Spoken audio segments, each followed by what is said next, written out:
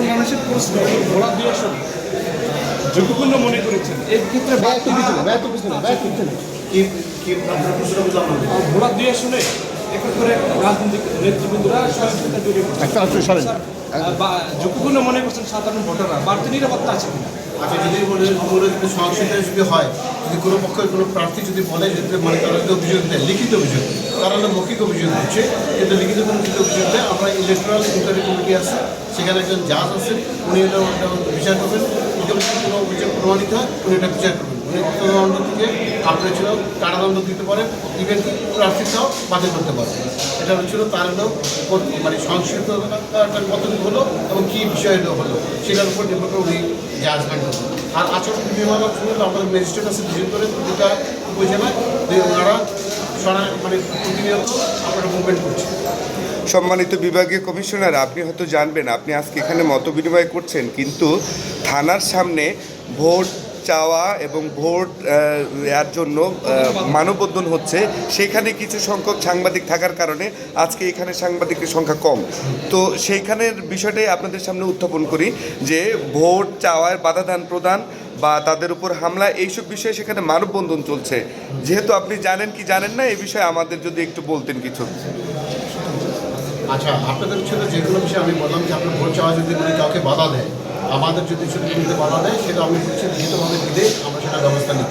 আপনার অনেক সময় অনেকে বলে যে আমি ভোট চাইতে গিয়েছি, যে আমাকে বাধা দিয়েছে, আমরা যখন বলছি আপনার লিখিত দেন, তখন আমরা লিখিত কোনো কিছু পাই না।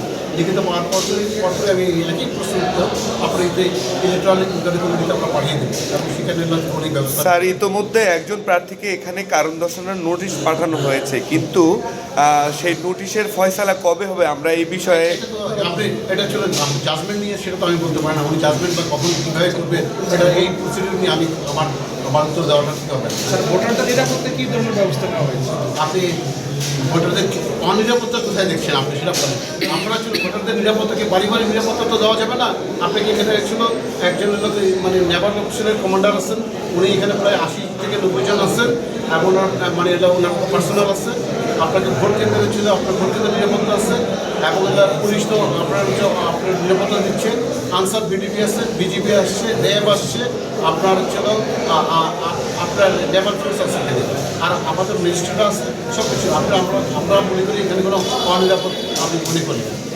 স্যার, সাংবাদিকদের জন্য অনলাইনে একটা আবেদনের সিস্টেম ছিল, আমরা অনলাইনে আবেদন করেছি, কিন্তু এর আমি বুঝেছি আপনার যাদের ইনভিটেশন আছে তারা আলাদা পাবেন। ইনভিটেশন ছাড়া আমরা কাউকে কোনো সাংবাদিকদের আমরা ভোট কক্ষে প্রবেশ করতে দেবো।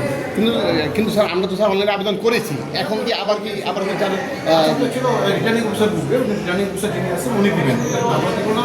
হয় রিটার্নিং অফিসার আপনাদের ছিল আপনার সাংবাদিকদের আমরা অনেক সময় কোনো প্রতিদ্বন্দ্বী প্রার্থীর পক্ষে কিছু লোক সাংবাদিক সেজে আবার কাজ করে, পর্যবেক্ষক সেজে কাজ করে। এই জন্য আমরা এই ব্যাপারে আমরা কঠোর বানিয়ে এলো, আমাদের সততা আছে। আপনার থেকে আমাদের যেগুলো নির্দেশনা দেবে সেই নির্দেশনা অনুযায়ী আমরা কাজ করি।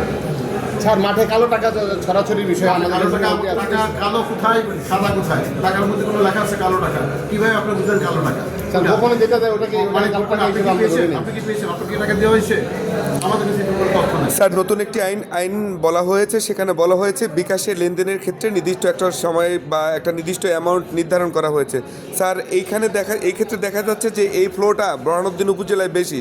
স্যার, সেই ক্ষেত্রে আমরা প্রশাসনের কাছে কিভাবে জানাইতে পারি যে এখানে এই টাকাটা ফ্লো হচ্ছে? বা আপনি যেটা মোবাইল ব্যাংকিং নিয়ে বলছেন, মোবাইল ব্যাংকিং হচ্ছে একটা নির্দিষ্ট করে দেওয়া হবে, 1000 টাকা বেশি সেভাবে মানে পাঠাতে পারবেন। রাইট স্যার, করে দেওয়া হয়েছে অলরেডি। ইলেকশন কমিশনটা জানে, অলরেডি ইলেকশন কমিশন এই ব্যাপারে সিদ্ধান্ত নিয়েছে, আপনার সিদ্ধান্ত নিয়ে ফেলছে। আর যদি প্রশ্ন না থাকে ধন্যবাদ আপনাকে। আচ্ছা, লাস্ট কোশ্চেন বলুন, সবাই প্রশ্ন করছেন। হ্যাঁ স্যার, আপনি স্যার দৌলতখান এবং বরানউদ্দিন আজকে 2টি আসন পরিদর্শন করেছেন, সাথে সাথে আমাদের ভোলার 4টি আসন। সেক্ষেত্রে আমরা যে জেলায় যেহেতু কাজ করি স্যার, আমরা জানতে চাচ্ছি যে ভোলার 4টি আসনের উদ্দেশ্যে আপনার জনগণের উদ্দেশ্যে কী বার্তা, এবং আপনাদের যে আইন শৃঙ্খলা বাহিনী রয়েছে, নেভি রয়েছে, কোস্টগার্ড রয়েছে, পুলিশ রয়েছে, বিজিবি রয়েছে এবং ইউনিয়ন মহোদয় রয়েছে, সেক্ষেত্রে সার্বক্ষণিক আপনারা এখন পর্যন্ত কী মনিটরিং করেছেন এবং কী বার্তা দিচ্ছেন জনগণকে? আমরা তো জনগণকে বার্তা দিচ্ছি, সে আমাদের ভোট কেন্দ্রে আসবে, ভোট কেন্দ্রে ভোট দিয়ে যাবে এবং সে নিরাপত্তা যাবে। তারা ভোট দিবে। এবং ভোট কেন্দ্রে আপনাদের অলরেডি আপনারা জানেন যে একটা ভোট কেন্দ্রে 13 জন আনসার থাকবে, 3 জন সশস্ত্র থাকবে, আর 4 জন মহিলা থাকবে, আর 6 জন পুলিশ থাকবে, 13 জন। এবং 3 জন পুলিশ থাকবে, পুলিশের সাথে বডি অন ক্যামেরা থাকবে, সশস্ত্র থাকবে। আপনি ওখানে কী করছেন, আপনি ঢুকে কী করবেন, ওখানে রেকর্ড হয়ে যাবে।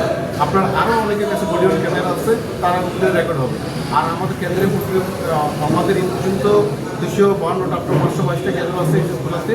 এখান থেকে 252টাতে অলরেডি আমাদের সিসিটিভি ক্যামেরা আপনার স্থাপিত হয়ে গেছে, যেগুলো গুরুত্বপূর্ণ এবং অতি গুরুত্বপূর্ণ। আর সাধারণগুলিতে আমরা আরও চেষ্টা করছি আরও একসাথে আপনারা সিসিটিভি ক্যামেরা দেওয়ার জন্য। স্যার মনপুরে স্যার বিজেপি দেওয়া হয় না, সেক্ষেত্রে মনপুরে একটা প্রতিকূল এরিয়া, আপনার এখানে নৌবাহিনী আছে, আপনার এখানে বিজেপি জায়গায় নাই। এখন আপনি হঠাৎ করে বিজেপিকে এত গুরুত্ব দিচ্ছেন কি জন্য? নৌবাহিনী এখানে কোস্টগার্ড আছে, ওখানে ছিল আপনার ছিল মনপুরা, আপনার রাঙ্গাবাড়িতে শুধু ইয়া নাই, বিজেপি নাই। 42টা উপজেলার মধ্যে মাত্র 2টাতে নাই, সেটাকে আপনি গুরুত্ব দিচ্ছেন জন্য। ওখানে তো ওর চেয়ে বেশি ফোর্স আমার থাকবে, এবং যে জায়গায় বিচ্ছিন্ন সেই জায়গায় স্ট্যাটিক ফোর্স থাকবে, এবং ছিল মাঠ ফোর্স থাকবে। ধন্যবাদ। Thank you.